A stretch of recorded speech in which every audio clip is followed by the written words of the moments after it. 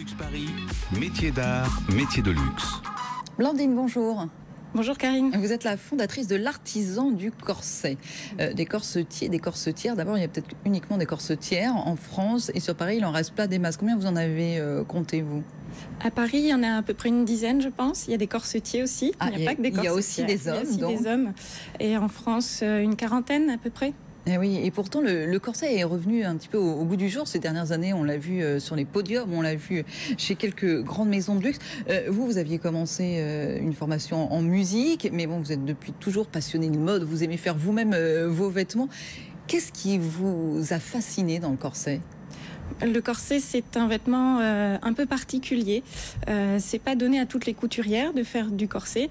Il y a des techniques un peu spéciales, il y a un savoir-faire qu'il faut apprendre à maîtriser. Et c'est ça qui me plaît. C'est le travail de recherche, le travail du patron qui doit être très précis pour correspondre à chaque corps.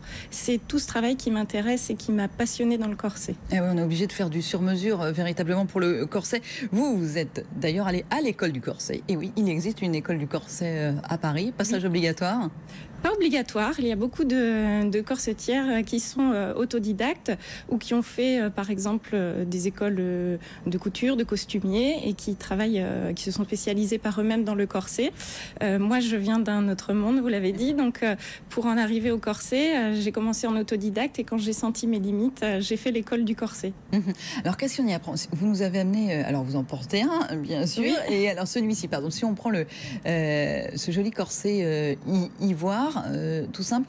Qu'est-ce qui est compliqué? Parce qu'on se dit, bah, finalement, c'est pas si compliqué que ça. Faire un corset, il n'y a même pas de manches. Sauf, quelle est la complexité de l'objet? Donc ça, c'est un serre-taille qui commence en dessous de la poitrine pour le mariage. Alors, si on regarde à l'intérieur, on voit un petit peu plus la complexité, c'est-à-dire qu'il y a différentes parties qui constituent le corset que l'on doit travailler pour que ça soit au plus près du corps de la personne. Ça, c'est déjà une première étape qui n'est pas des plus aisées pour arriver à avoir le patron qui colle le mieux vraiment aux courbes de la personne. Ensuite, il y a toutes les techniques d'assemblage et le positionnement des baleines, etc., qui font aussi il y a quand même la complexité. Toujours des baleines. Il y a toujours des baleines dans un corset, alors on les place de manière à ce que ça soit confortable. Le corset d'aujourd'hui, c'est plus le corset d'avant, c'est un corset qui est agréable à porter. Et puis toutes les techniques de finition aussi, toutes les finitions sont faites à la main, comme la pose de la dentelle et des perles ici qui sont faites à la main. Donc tout ça, c'est un travail très minutieux qui font un peu une trentaine d'heures minimum. C'est une trentaine d'heures pour les pièces, après ça dépend lesquelles, mais je compte une moyenne de 30 heures. Et donc c'est un véritable travail collaboratif avec la cliente, que ce soit pour un mariage ou pour une soirée, que sais-je. D'ailleurs, vous dites le corset, finalement, on peut le porter tous les jours ou presque. On peut le porter tous les jours. Par exemple, le serre-taille que j'ai aujourd'hui, on peut le porter facilement dans la journée. Après, ça, c'est vrai que c'est plus pour le mariage. Il y a des pièces qui sont plus pour la soirée. Je pense que le corset peut avoir sa place dans la garde-robe de tous les jours. Et de surcroît, vous expliquez que quand vous travaillez avec votre cliente, parce que certaines vont vouloir mettre en valeur leur poitrine, d'autres, je sais pas, resserrer la taille, l'autre mettre en valeur les épaules. Et donc, toutes ces envies ne vont pas faire le même corset. Exactement. En fait, à chaque personne va correspondre son corset. C'est un travail à deux. Comme vous l'avez dit, c'est une vraie collaboration. La cliente va arriver avec ses envies, avec ses propositions. Et puis moi, je vais la guider au fil des essayages, en respectant son choix, mais aussi en lui apportant des conseils, soit sur sa morphologie, soit sur le choix des tissus. On peut tout utiliser comme tissu, d'ailleurs ? Quasiment. Après, il y a certains tissus qu'on va éviter. On travaille surtout avec des matières qui ne sont pas élastiques. On évite aussi des matières qui sont parfois trop fines ou trop fragiles. Mais il y a très peu de tissus avec lesquels on ne peut pas travailler. Donc, il y a une très grande liberté de choix dans le sur-mesure avec le corset. Et alors, vous dites, c'est tout à fait d'actualité, Blandine, le corset. Et en même temps, avec l'artisan du corset, vous utilisez des patrons qui datent du 19e siècle pour certains ? C'est vrai. Vous les avez récupérés où ? Alors, c'est des patrons qu'on récupère dans des livres qui sont un peu les bibles des corsetiers, qui sont des patrons qui ont été dessinés à partir de corsets anciens. Donc, c'est vraiment le report de ces modèles anciens, mais qui sont que nous, on va adapter un peu aux morphologies contemporaines.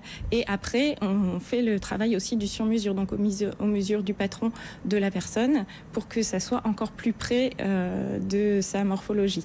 Mais c'est vrai que les patrons anciens, on peut les adapter très bien. Moi, il y a un patron que j'utilise beaucoup qui date de 1880, que je trouve très contemporain, que je réussis à adapter. Par exemple, celui-ci, c'est un serre-taille qui reprend la même idée des lignes tout en longueur qui sont dans le corset 1880 et que je trouve très contemporain déjà, rien que sans le modifier du tout. Il y a un mois, vous aviez ouvert vos portes durant les Journées européennes des métiers d'art. Oui. Grand succès. On sent que, bien que ce métier semble désuet parfois, ou en tout cas intrigue, beaucoup de gens sont passés dans votre atelier showroom du 10e.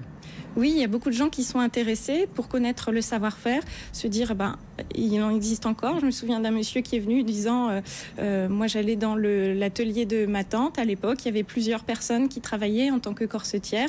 Quand j'ai vu qu'il y avait ça, je voulais retrouver un peu cette ambiance.